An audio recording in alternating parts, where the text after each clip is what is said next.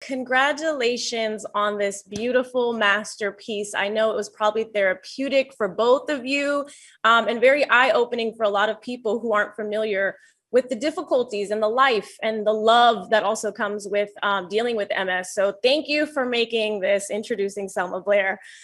Um, Rachel, I want to start with you. What was it specifically that you saw in Selma that you had to show the rest of the world? What were we missing, or what did you see that you had to bring this to life? It was clear to me upon meeting Selma that she was remarkable in every way. I mean, she's funny, she's warm, she's generous, but she also is, you know, willing to tell the truth. And she was extremely vulnerable in making this film and willing to just, show all the sides of what it means to be alive, really. And I think that that's what we all really need to see.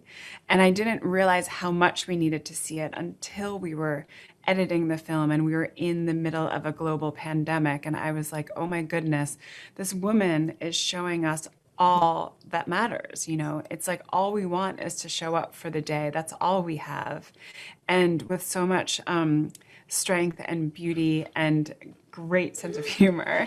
And yes, it was just like it was like, oh, this is what, we set out to make a film about Selma's experience becoming a disabled person and going through MS.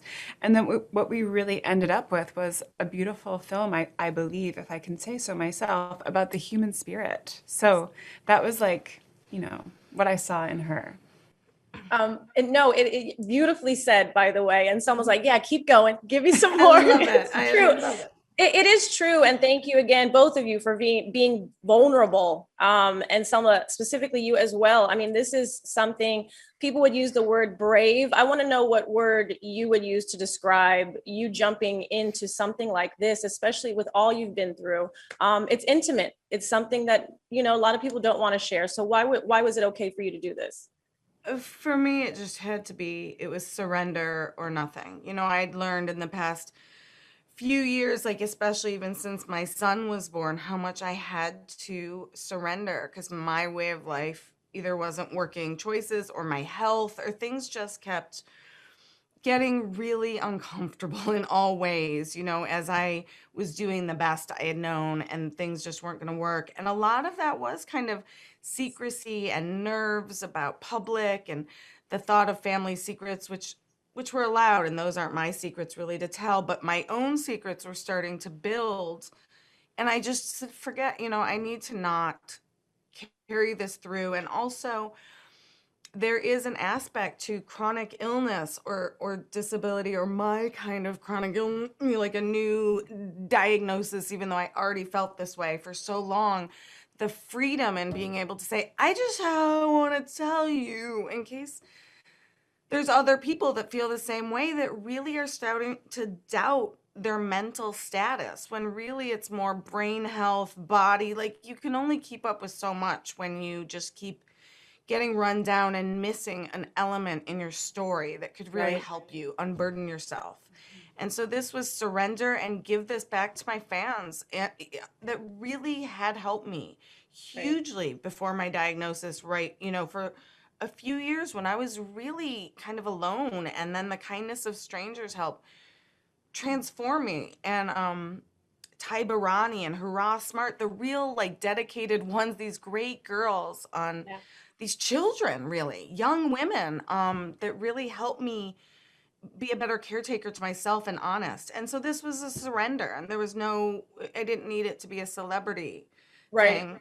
I've never felt like a huge celebrity. I'm willing to feel like one more. I love it. But this is just me as a person being really vulnerable, just surrendering to the kindness also of Rachel.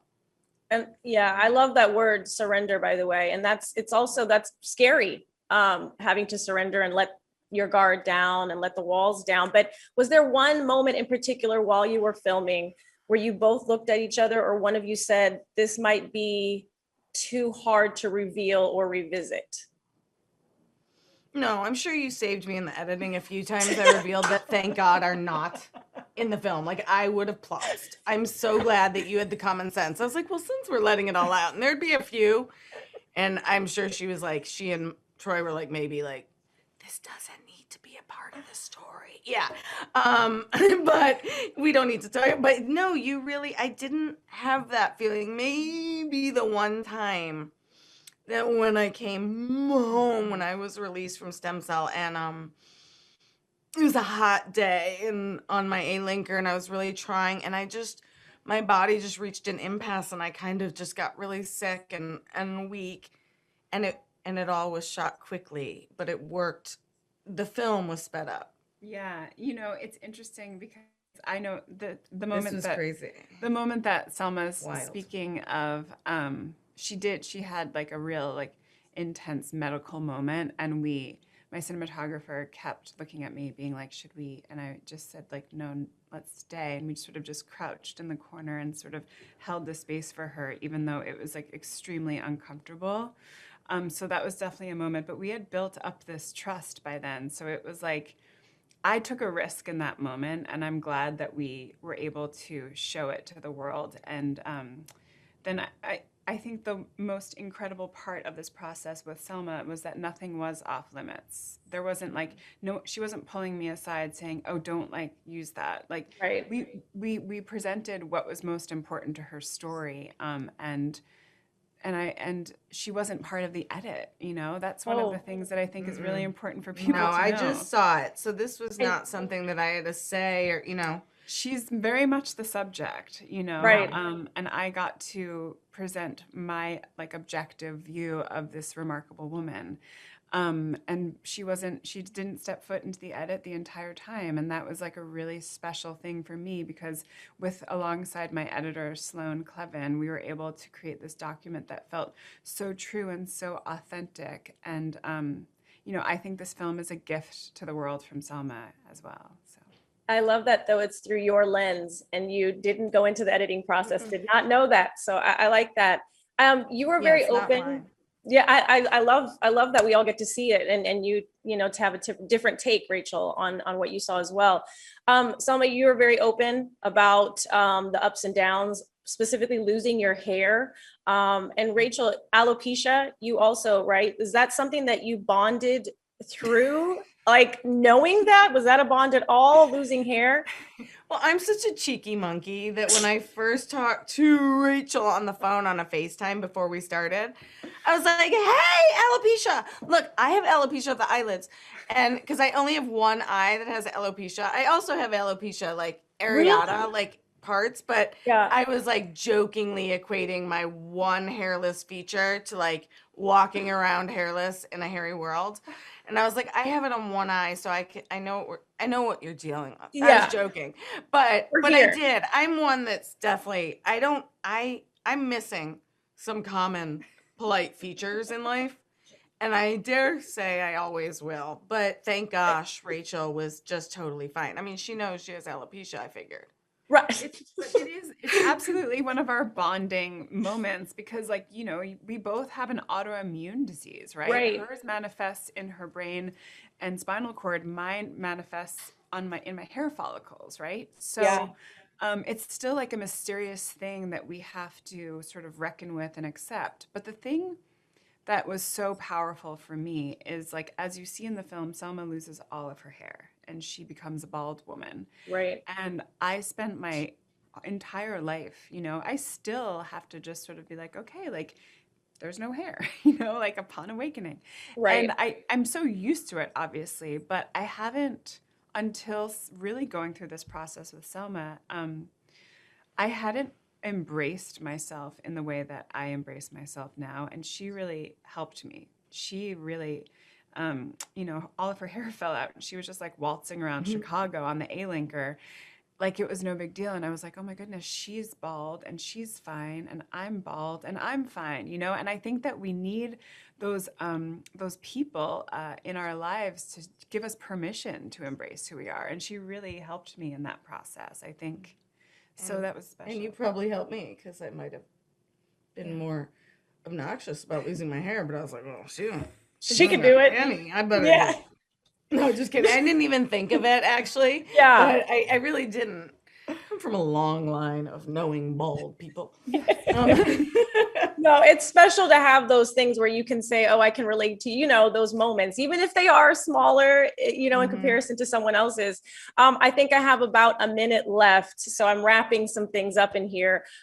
We do see you, Selma, as a super mom. I see you and Arthur, the relationship you have, it's beautiful. I know, and again, you're in remission right now, which is amazing. I hope you're feeling amazing. And that was through HSCT, right? That was the yes, transplant, HSCT, hematopoietic stem cell transplant, which really is kind of bone marrow transplant, and it's right? kind of you knock your body out through chemotherapy, take all your levels down to basically zero, and then you, after you've harvested before all that chemo, your own, I did autologous, so it's from my own, you have to get at least 2 million of your bone marrow stem cells, and then you re-engraft your body. You wouldn't be able to really survive with that much chemo without Right.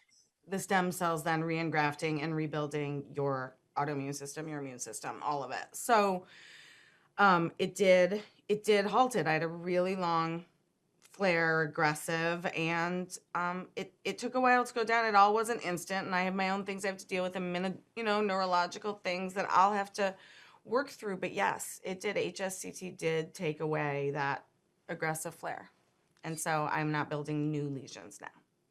That's amazing. It's great. Amazing news. I'm glad. Yeah, I'm glad that it worked out. I know that was some nerves in the beginning there, so I'm glad that's working out for you. And again, as of right now, the community that holds you up, I know that's very important for you. And then also your son, Arthur. Who are you today as Selma Blair? How do you feel with everything that you've gone through, making this, watching it? Who would you say you are today, the woman that you are? I'm someone that now is just learning to find new dreams, which is huge and takes effort, and it's wonderful. And, because now I don't know what the rest of my, like the second part of my life is, the end of my regular life is. And it's exciting to think that. And I see people, I have too much empathy for people almost. Like I need to learn ways to live in this world without being so sensitive to it, because it all kind of breaks my heart in a beautiful way. Coming to come awake is a bit painful, but I won't shy away from it. Seeing where we are in life, and I hope to just be able to gather more energy for myself so that I can help other people. And while my disability might be a higher level, I really do feel the need to speak in some way, a voice for that community that doesn't get a platform, and, just kind of real equal rights that aren't seen. Definitely. Rachel, Selma, thank you. It was beautiful to watch. Thank you so much.